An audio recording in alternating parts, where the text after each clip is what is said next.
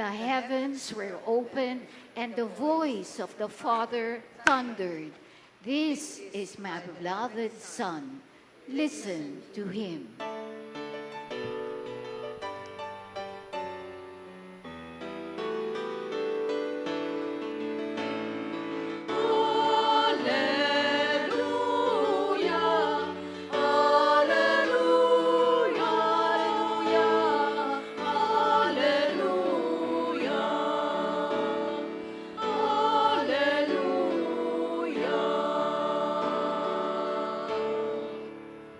The Lord be with you. And with your spirit. A proclamation from the Holy Gospel according to Matthew.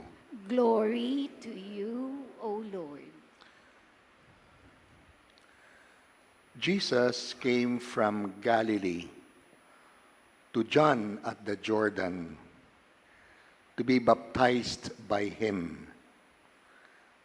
John tried to prevent him, saying, "I need to be baptized by you, but you are coming to me?" And Jesus said to him in reply, "Allow it for now, for thus it is fitting for us to fulfill all that is right." Then he allowed him. After Jesus was baptized, he came up from the water, and behold, the heavens were opened for him. He saw the Spirit of God descending like a dove and coming upon Jesus.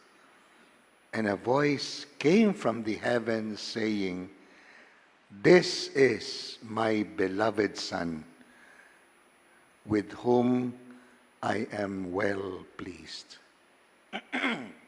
The good news of our salvation. Praise to you, Lord Jesus Christ.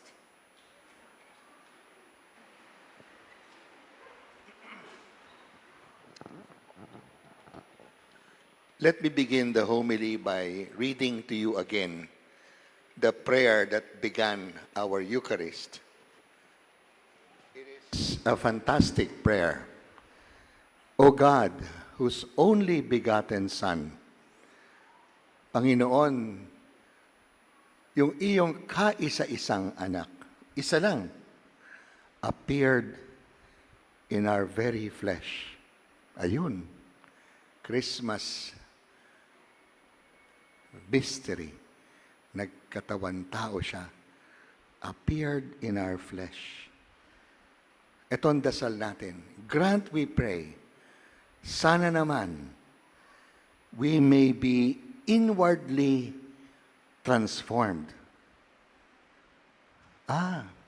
Siya'y naging kamukha natin upang tayo sa kaloob-looban, sa kaibuturan, sa tunay nating pagkatao ay mapagbago. To be inwardly transformed through Him whom we recognize as outwardly like ourselves. Pwede ba nating gawing trajectory ika nga ng ating pagdinilay sa salita ng Diyos na ginawa si Jesus na tao nang atin siyang makilala kamukha natin. Pero pala, gusto niya ng Diyos Ama na dahil nakilala natin ang kaisa-isa niyang anak, tayo din na binyagan ay mabago. Sana maging kagaya tayo ng kanyang anak. Sino ang kanyang anak?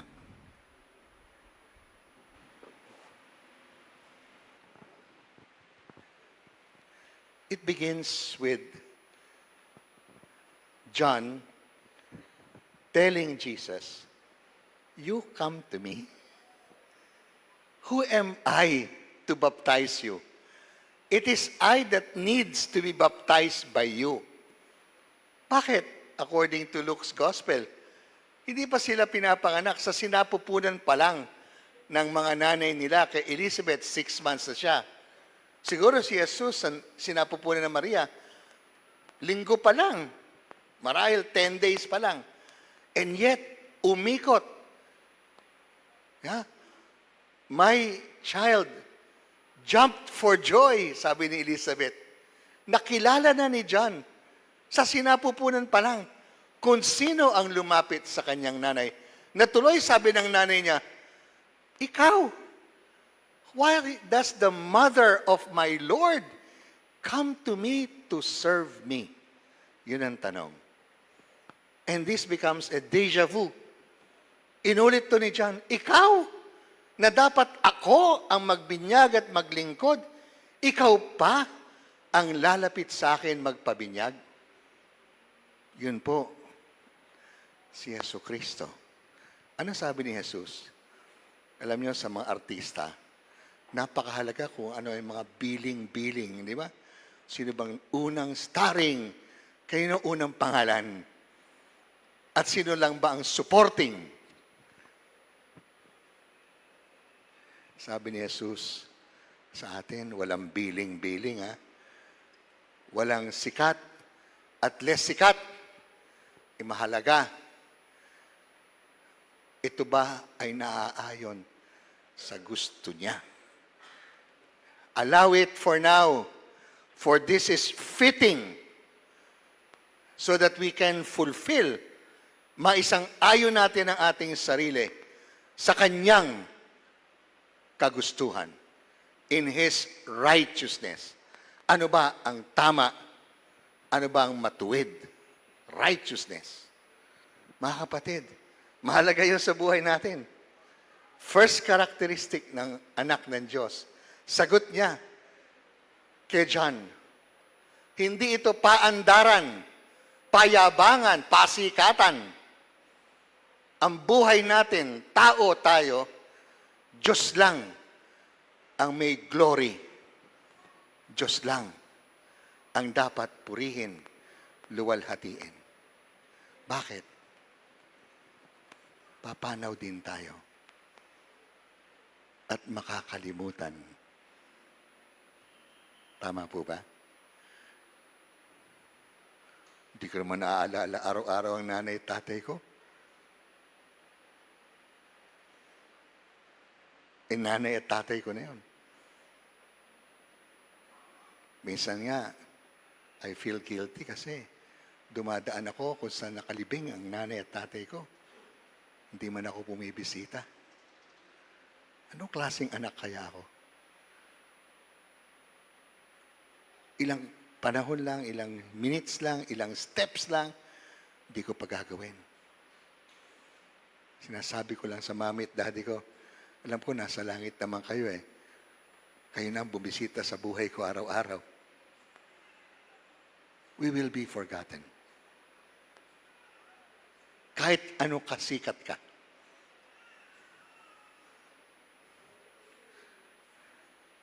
Kilala mo ba si Charlton Heston? Ha? Hindi ka nakapanood ng The Ten Commandments? Si Charlton Heston yun. Oh. Hindi mo kilala si Charlton Heston, no? Siyempre. Ikaw kilala mo, Mar? Eh, siyempre, magkaedad tayo eh. Di ba? Kami, kilala namin. Pero after 50 years, sino? Sino best actress? MMFF. Sino best actress? Ha? Kalimutan mo na. Hindi na panood. I'm perfect. Pangalan? Ha? Go? Anong first name? Crystal Go. O bakit hindi nyo sinabi? Sikat siya. Ba't nakalimutan nyo? Alam nyo lang, may Down syndrome. Pati boyfriend niya daw sa storya. Di ba ganda? Di ba? Best actress. And yet, yeah, Scroll. Scroll. First thing, ang katangian ni Jesus na naging tao ay mababa ang loob. Oo. Bakit? Kasi ang ama niya, a voice descended. O di magpakumbaba ang tatay. Descended a voice from heaven. And the Spirit descended like a dove. Aba, Ama, Anak at Espiritu Santo, descending, nagpapakababa, yan tatak ng Diyos. Yan ang senyales na kilala mo isang makadiyos. Mapagkumbaba. At sabi ni Isaiah, kanino daw pleased si Yahweh? My Lord said, here is my servant, alipin, whom I uphold, with whom I am pleased. Bakit? Sino ba siya? I have put my spirit upon him. Not crying out, not shouting, not making his voice heard. Sa bahay ba? Palakasan ng boses? Siya ba ang naghahari kung sino mas malakas ang boses? Sa school, imagine kung ako teacher, sabihin ko isang bata kamukha nila, ang bobo mo naman. Because they made a mistake. Isang mistake, bobo na siya. Stupid, then becomes self-talk. And becomes destroying self-talk. Bobo ko. Next day, pagdating na eskwela, may mali na naman. Pagdating sa pes, talaga naman ang bobo-bobo mo. We're having a seminar this coming 17th, next Saturday, and the next Saturday, 2 to 4, hybrid. The signs and the symptoms of self-harm. Paano mo alam ang anak mo, ang kasama mo sa opisina, has already attempts of the first steps to suicide? Self-harm. Meron kang classmate, naglalaslas? Meron. Tama, umuo siya? That's self-harm. May kilala ako eh. Kilala. Apo ng isang mayor. Marunong ang bata. Nilalaslas niya sa uncle niya, doon sa baba. Kasi normally dito eh. Bakit? Bakit?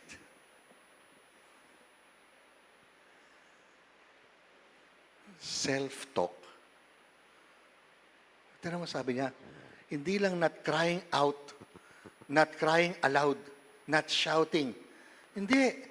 My servant, a bruised reed, halos putol na, he will not break. A smoldering wick, aampat-ampat na lang. Yung tanglaw, he will not quench. Gagawa siya ng paraan para mabuhay, para maitaas, para maiayos. Hindi ko cargo yan. Sabi ng teacher, anak nila yan. Teacher ka. Sa classroom mo, anak mo yan.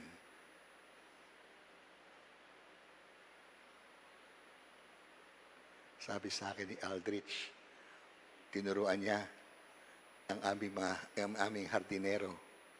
Kasi sa kanila, ang hardinero, hindi naghahardin, hindi siya naglilinis, hindi siya nagdidilig. Sa kanilang hardinero, pinapaganda po namin ang park.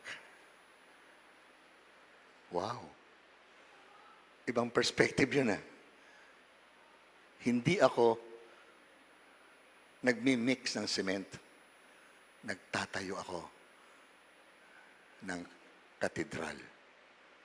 Oh, ba yun Self-talk yan. Sabi pa niya dito, He will open the eyes of the blind. He will bring prisoners from the confinement, from the dungeon, those who live in darkness. He will bring them out. You know, the dungeon is not the prison. A lot of people are prisoned in their hearts.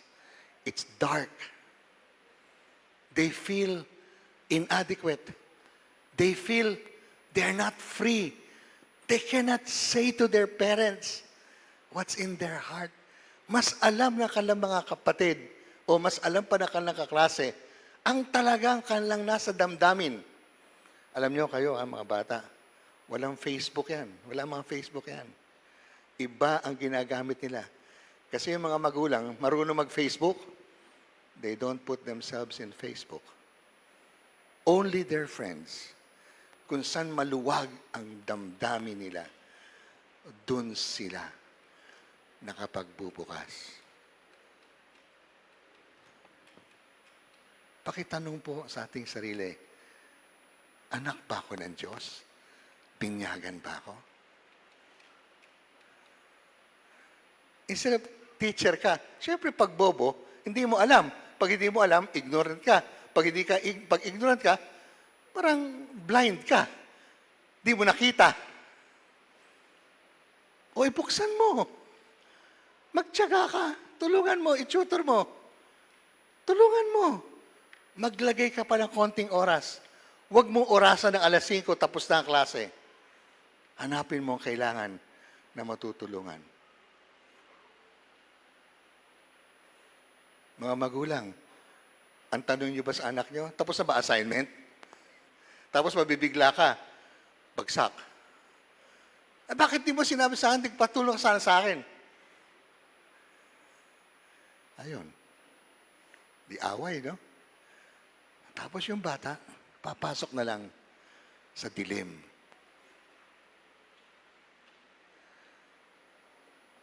Si St. Peter, Santo, first apostle, nadiliman din.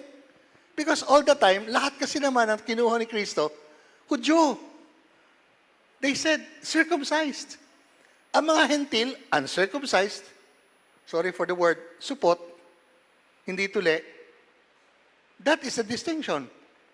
And just imagine, just because of that, they are not Jews.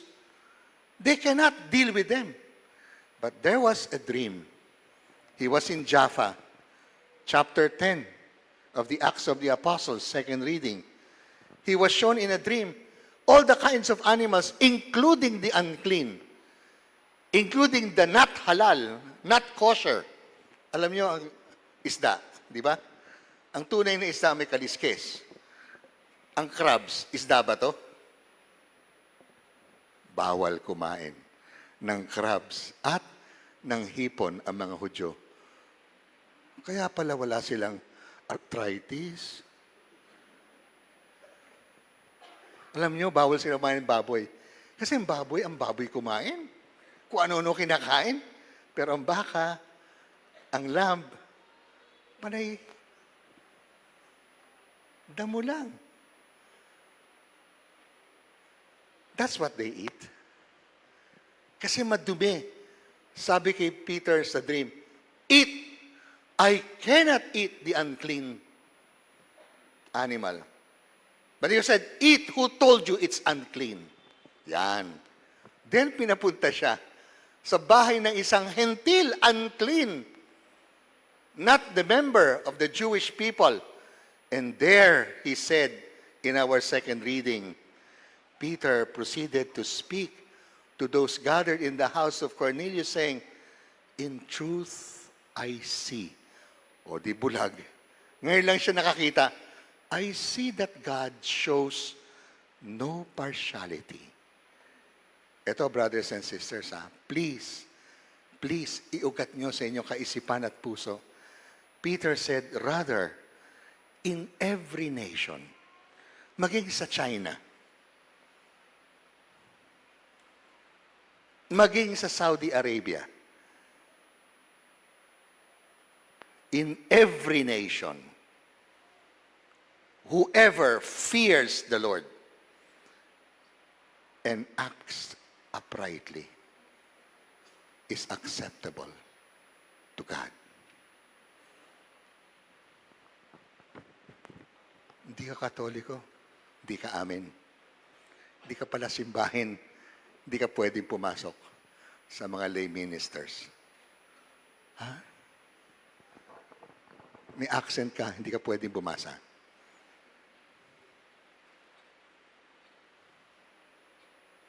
Whoever fears the Lord and acts justly to his neighbor is acceptable to God.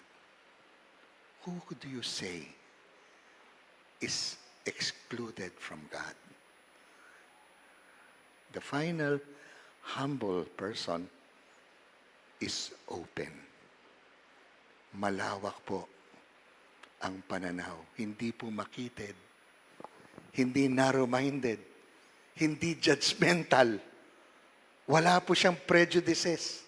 Walang mga bias. God shows no partiality. Yan po. Bow. Inwardly to be transformed. So, pag uwi ba natin dito, transform na tayo, we begin what we would call 34 Sundays of ordinary time. The whole year. Because we are baptized like Jesus, we are told, sana naman, how He appeared to us in our flesh is meant for us to recognize how He lived as a human person. Impartial, kind, patient, meek, humble, compassionate.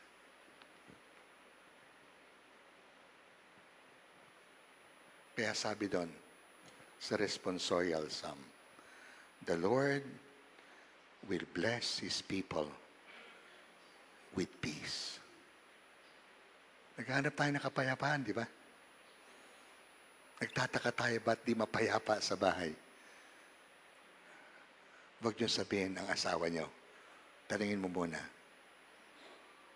ikaw, masasabi bang binyagan kang tunay, nagbabago sa iyong pagkatao, sa loob, sa pinakaloob at kauputuran ng puso. Napakahirap po nito. Ako rin, hirap na hirap dito.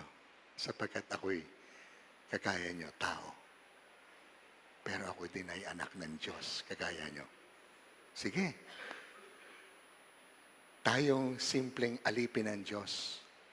Sana makilala tayo bilang mga anak niya.